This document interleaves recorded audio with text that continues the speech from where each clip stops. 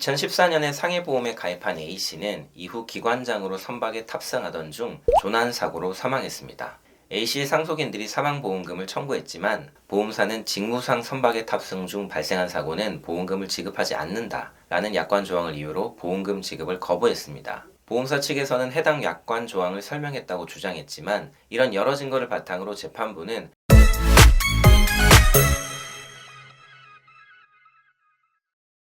안녕하세요. 변집사TV입니다. 오늘은 선박 탑승 중 사고는 보험금을 받을 수 없을까? 라는 주제로 이야기를 나눠보겠습니다. 보험사가 약관을 들어 보험금을 거부할 때 그 약관이 정말 유효한지 따져봐야 하는데요. 제가 실제 진행한 소송 사례를 통해서 알아보도록 하겠습니다. 먼저 보험회사가 보험계약을 체결할 때는 보험 약관의 중요한 내용을 보험계약자에게 반드시 설명해야 합니다. 왜냐하면 이러한 중요한 내용이 고객의 계약 의사결정에 직접적인 영향을 미치기 때문입니다. 조금 더 구체적으로 여기서 중요한 내용이란 사회 통념에 비추어서 고객이 계약 체결 여부나 대가를 결정하는데 직접적인 영향을 미칠 수 있는 사항을 말합니다. 이 의무는 고객이 약관의 중요한 사항을 알지 못해서 예기치 않은 불이익을 받지 않도록 보호하기 위해서 존재합니다. 만약 보험사가 이 설명 의무를 위반했다면 해당 약관 조항은 효력이 없게 됩니다. 한편 상해보험 약관에는 직무로 선박에 탑승하는 사람이 사고를 당한 경우 보험금을 지급하지 않는다라는 조항이 포함되어 있습니다. 보험사가 선박에서 발생하는 사고에 대한 위험 부담을 지지 않겠다는 취지인데요. 이 약관이 어떻게 적용되는지 제가 진행한 사례를 통해서 살펴보겠습니다. 2014년에 상해보험에 가입한 A씨는 이후 기관장으로 선박에 탑승하던 중 조난사고로 사망했습니다.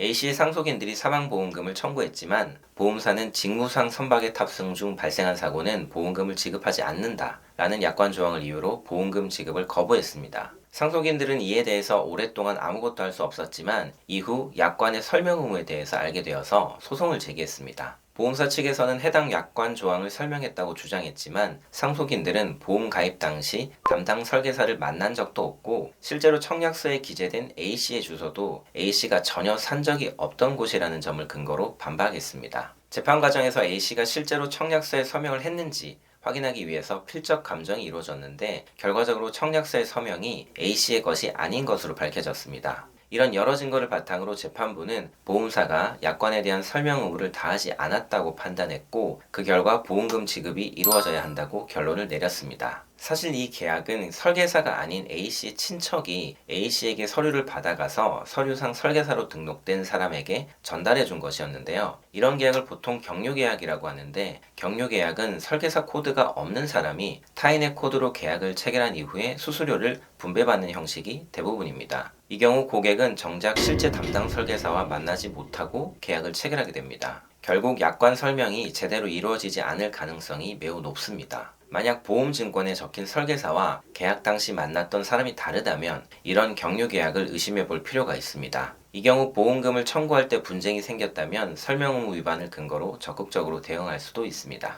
오늘 사례를 통해서 보험 약관과 설명 의무가 얼마나 중요한지 다시 한번 알 수 있었습니다. 보험사는 설명 의무를 위반하면 그 조항을 주장할 수 없으니까 이 부분을 꼭 기억하시고요. 변집사TV는 앞으로도 여러분께 유용한 법률 정보를 전달해 드리도록 하겠습니다.